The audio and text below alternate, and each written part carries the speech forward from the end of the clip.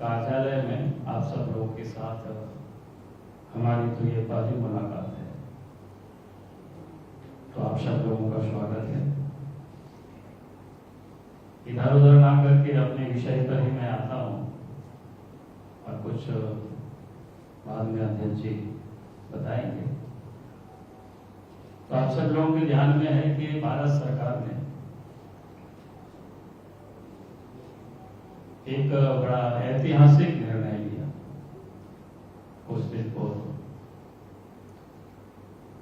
और वो coal block को लेकर के उन्होंने कहा कि वाणिज्यिक रूप से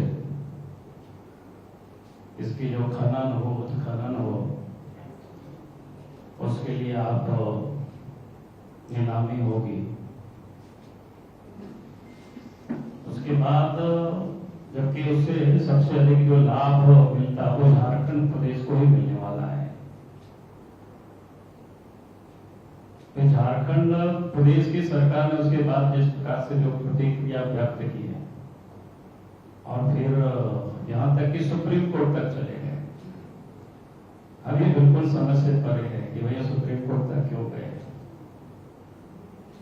जो मैंने अखबारों में देखा कोई बहुत बड़े बड़े लॉजिक उन्होंने नहीं कहा कि उन्हें जमीन से संबंधित कहा, कि विस्थापन से संबंधित कहा, पर्यावरण से संबंधित बातें उन्होंने कहा। तो ये लगा कि बिल्कुल क्या बोलते हैं नौशेखिया जिसको लोग बोलते हैं कि वैसा ही उन्होंने बात की। और जब मैंने देखा अखबारों में ये तो सुप्रीम कोर्ट गए तो मुझे उन दिनों की याद आई जब आप सब लोगों को भी ध्यान में होगा 2012 को मार्च 2012 को सीएजी का जो रिपोर्ट आया था कोल ब्लॉक को लेकर के, वो रिपोर्ट क्या था, यदि 2004 से 2009 तक जो पहला फेज में यूपीए गवर्नमेंट थी उस समय देश के कोल ब्लॉक को किस प्रकार से लूटा गया था, बांटा गया था, वो किसी से छुपा हुआ नहीं था, वो सबके संज्ञान में है। और सीएजी ने उसको स्पष्ट रूप से कहा कि अगर इन सारे खनिजों का नीलाम होता तो देश के यानी सरकार की खजाना में कितना 1,80,000 करोड़ रुपया था, इसका नुकसान हुआ। बाद में सबको पता है कि सुप्रीम कोर्ट मामला गया, जबकि पहले से तय था कि इसको नीलामी करना है इसको, लेकिन केंद्र सरकार ने उसको किया नहीं। फिर उस समय की हम थोड़ी सी हम जरूर याद आप सब लोगों को दिलाएंगे। उस समय भी भारत सरकार में कोयला मंत्री कौन थे आप सबको पता है, नाम बताने की कोई जरूरत नहीं, आप भूल लेंगे। तो फिर उस समय कोयला मंत्री और उस समय के जो कोल मंत्रालय में एक सचिव हुआ करते थे कोई साल पारिक करके, तो आप उसको ध्यान में रहेंगे तो उन्होंने जो टिप्पणी की थी और उस समय कैबिनेट सचिव को उन्होंने पत्र लिखा था और उस समय कोयला मंत्रालय किस प्रकार से चल रहा था, यानी माफिया कोयला मंत्रालय का संचालन लोग कर रहे थे। यह उल्लेख है, उन्हीं किताबों में भी उल्लेख है, मैं ये कह रहा हूं अपनी ओर से, ऐसा कुछ नहीं। और यहां तक तो उस समय कोयला मंत्री ने जब उनकी मौखिक आदेश का सचिव पालन नहीं कर रहे थे तो प्रधानमंत्री तक को पत्र लिखा था उसको हटाने के लिए। सारे उस समय के अखबारों में अगर आप देखें तो सब कुछ मिलेगा। आज भी वो सारे चिट्ठी पड़ा हुआ है, कोई ऐसी बात नहीं है।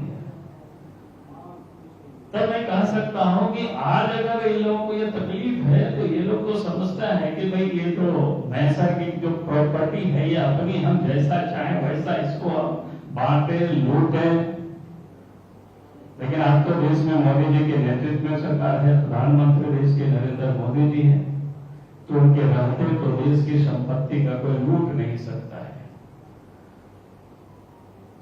उसका लाभ तो इस देश की जनता को मिलेगा, इस राज्य की जनता को मिलेगा।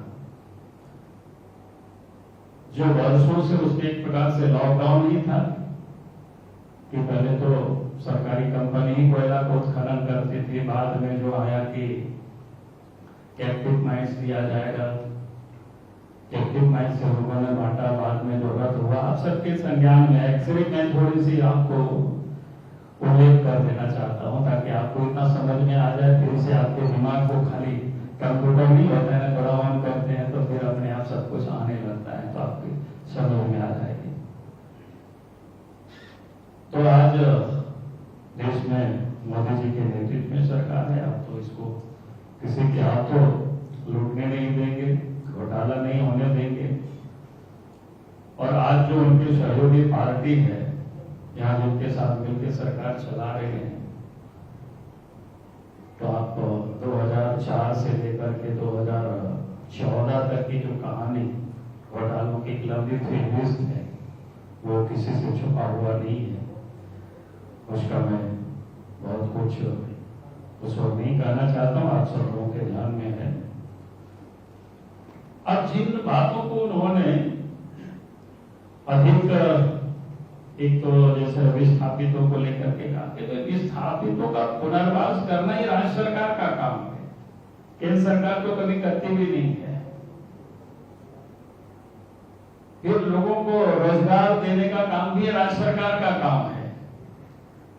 हम तो चाहेंगे कि जितनी भी खदानें हैं, कारखाना है, तो राज्य सरकार कानून बनावे और 85% जॉब वहां के विस्थापित प्रभावित लोगों के नाम से वो रिजर्वेशन कर दे। हमारी पार्टी साथ देगी विधानसभा में उस बिल को पास कराने में।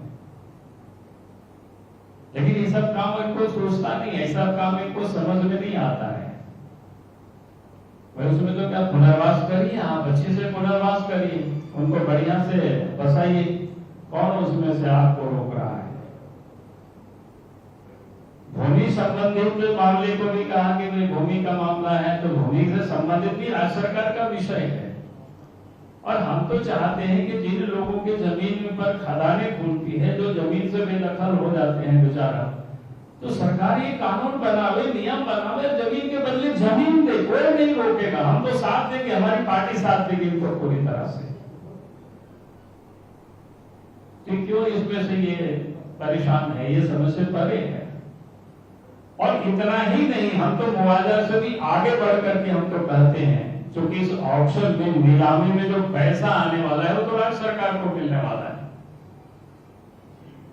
तो उस नीलामी में से जो पैसा आएगा उसको एक सर्टेन परसेंटेज रैयतों को मिलना चाहिए। ये सरकार घोषणा करे कि हम 10%, 20%, 30%, 50% हम रैयतों को देंगे। हमारी पार्टी बिल्कुल साथ देने को तैयार है सरकार को, ये करे। ये अनावश्यक रूप से ये सारी चीजों को ये विलंब कर रही है, तो कोई समझ में नहीं आता है कि क्यों चाहती है, क्या करना चाहती है। तो इसलिए हमें लगा कि ये जो कोई खदान से मामला था और खदान से जुड़ा हुआ जो कि ये समस्या है पूरे राज्य में वर्षों से है, और